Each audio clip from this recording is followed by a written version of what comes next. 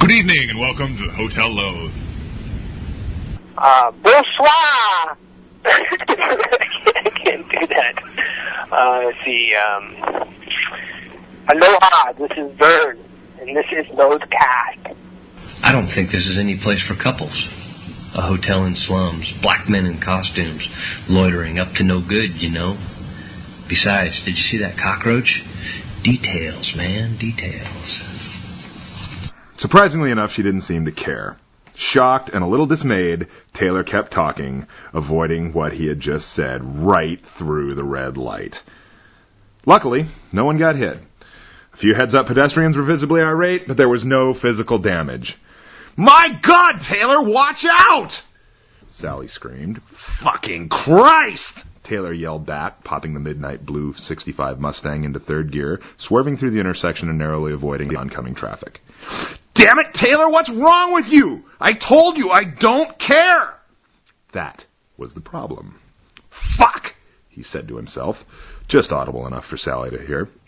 With car now in control and Taylor's blood pressure no longer racing, he set to tell Sally what was, indeed, wrong with him. He just didn't know where to begin. "Why do you always say that?" she asked. "Say what?" "Say stuff like fuck or shit or damn to yourself." "I need a drink," he moaned. "What's new?" she replied. That was Matt reading Something Sweet by B.L. Wassoon. Up next is Jason Ivey reading a little story called Manager, and that's capital M-A-N.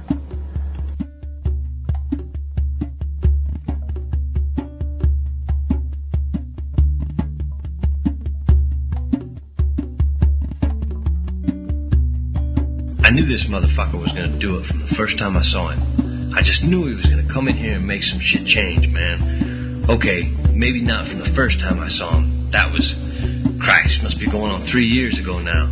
Shit, he didn't look like nothing special.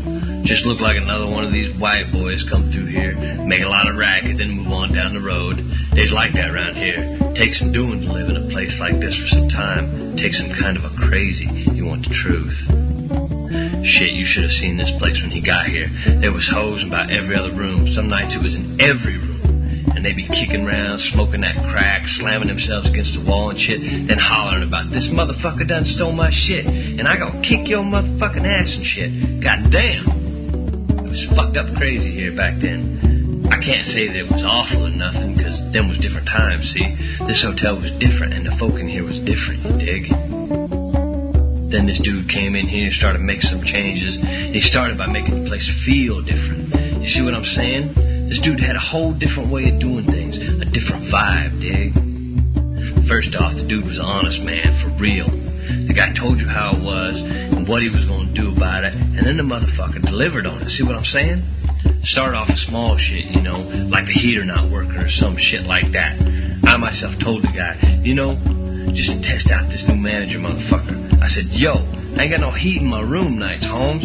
What you gonna do about that, huh?" And he said to me just like this, he says, "I'm working on that, Mr. Jefferson. I got a lot of repairs to make in this old place, and the heat is the first on the list." He's saying this shit like I expected a white man to be saying. But then he says, "But isn't that fucking cold at night?" Like that. "If you're cold, then put on a fucking sweater or grab another fucking blanket. If you've lasted 7 years in this place with no heat, you can last a while longer. Am I right, Mr. Jefferson?" Just like that. And what the fuck could I say? And you know what? He was on the case. Within 2 days, that goddamn heater in my sorry old room was blasting. Hotter in there than I ever knew it could be. That's when I knew that this guy was going to make some changes in this place that were going to be something. I'd listen in on what was going on in the office or the payphone there in the lobby. I didn't have nothing better to do. I ain't never had. So I was just spending my time seeing what this motherfucker was about. See what I'm saying? He asked his clerks about each and every one of us, about who he was and what we was about. There's a whole lot of different folk in this hotel. Some been here going on 30 years or some shit. I can't believe it, but shit, man. I've been here going on 8 years myself, so what do I know? So he's probably going through the names and asking the clerks about each of us, like if we work, if we be problems to the place, shit like that. Aside from the hoes, which this motherfucker put a stop to from the get-go, the biggest problem in the place, the way I saw it then, was a bunch of white motherfuckers sort of ganged up there on the 4th floor. They were no big thing, you know, but they'd be up all night doing their crank and blasting their motherfucking white-ass rock music all the hours of the night. There was about 5 or 6 of them in their own rooms, and they make the whole floor their party pad. See what I'm saying? So on the first 2 or 3 nights, our man goes up there and, like, tries to be cool with these motherfuckers, see? They tell him it's cool, like, and they be doing the same thing we all do and feeling this new motherfucker out, dig? So they cool for a bit, like a few nights, but then come the weekend and the welfare checks, they go on with themselves like ain't nothing changed. It was Saturday night, if I recall. They all tweaked and blasting their rock and carrying on and shit, just like usual. Then the lights went out. The whole floor went black as a motherfucker, silent too. I say we because I'm up on the 4th floor myself, we all assumed that some fucking fuse blew or a circuit breaker went bad, some motherfucking thing like that. And just like a fucking war party, they all went charging for the breaker box down the end of the hall. One of them geniuses fixed the thing and the lights came on. They all marched back to the party. Thing was, they got the sight of their lives then, man. See, they had a bass there, and they had one room with a big-ass stereo that did all the blasting. When these motherfuckers came back to their room, that stereo was a heap there in the hall. All the lights were on, all the power was back, but the place was stone cold motherfucking silent. They all stood around the mess like a bunch of lost children just staring. Then from behind that fool mess, our man appeared there, just standing there, cool as could be, and he says, get this, he says, I take our little noise problem has been solved. Just like motherfucking John Wayne, man, I swear to God, these cracker motherfuckers didn't know what to say, much less what to do. They just stood there and stared at him. That's some cold-ass shit, you ask me, man. Cold-ass shit. So for those of you listening at home, this is really easy. What you gotta do, you make your tape. You've recorded your funny little bits. You put the tape back in the tape thing. You put that in an envelope. You address the envelope LoatheCast! 2364 Northwest Overton, number 8, Portland, Oregon, 97210.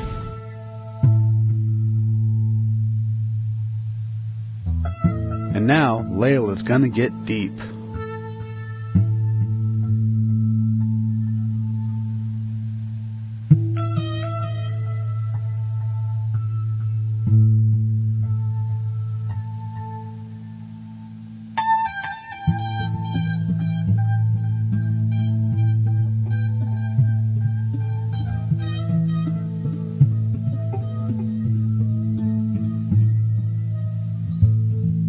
In 1907, it was around 1907, there was a scholar by the name of Arnold van Gennep, and he wrote a book called Rites of Passage. And his theories on rites of passages, regardless of the culture or the society or the time period, had a massive impact on sociology and anthropology to this date still, 100 years later. Gennep said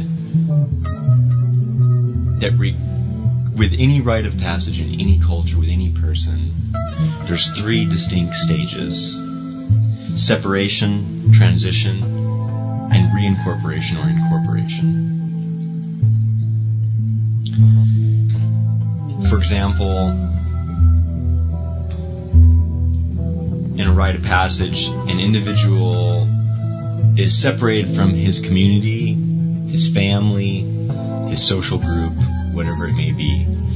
And the means by which that separation occurs varies. In the case of maybe a certain aspect or certain groups of the Native Americans, it might be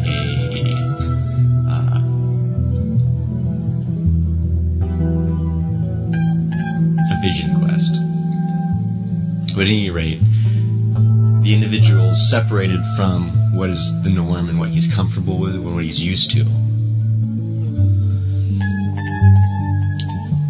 And and he or she is put into an unfamiliar situation. That's a separation. Then again, I've also talked about transition. And the transition is a major change in life that occurs during that period of separation. In the case of the Vision Quest, the participant ends up out in the wilderness for weeks on end, maybe eating peyote or something of the sort. And the point of the whole thing is to take you out of your comfort zone. And when you're taken out of that comfort zone, it gives you perspective back on what was, because what was no longer is. And when you're in the middle of what is, you take it for granted. But when you're separated from it, what's comfortable, separated from maybe that love that you received from your family, then you're given a new perspective on it and you acquire a new appreciation for it. And it changes fundamentally who that person is.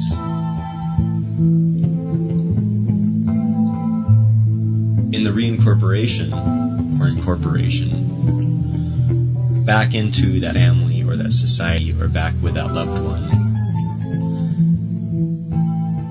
and the experience and the knowledge gathered during that separation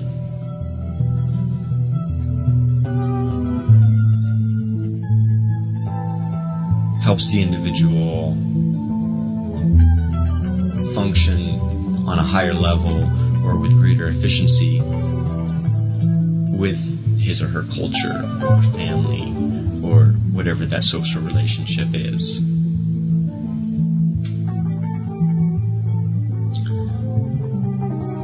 So there's those 3 stages: separation, transition, and reincorporation. And you end up coming back to where you started from, but with a new outlook and a new appreciation. And ultimately, hopefully, that has a positive effect.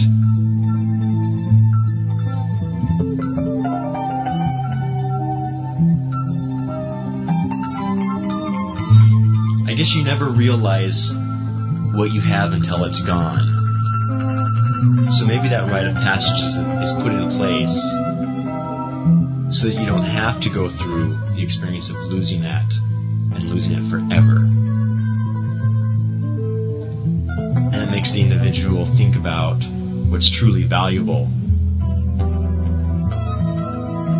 and is less likely to throw it away. You never truly realize what you had until it's gone. I guess maybe that's part of it.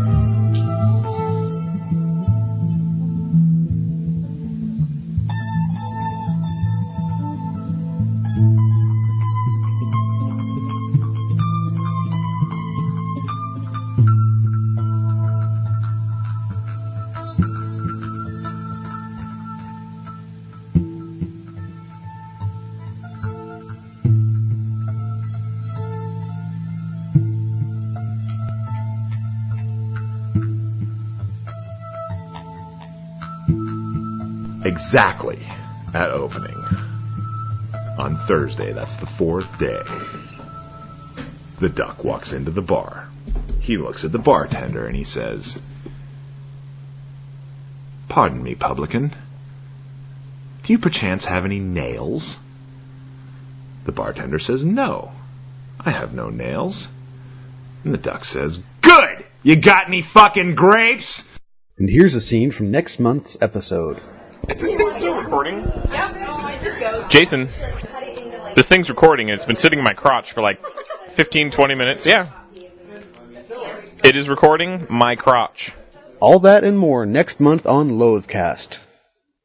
Please visit us online at www.loathemegacorp.com. If you can't spell it, you can't visit. Goodbye. This has been a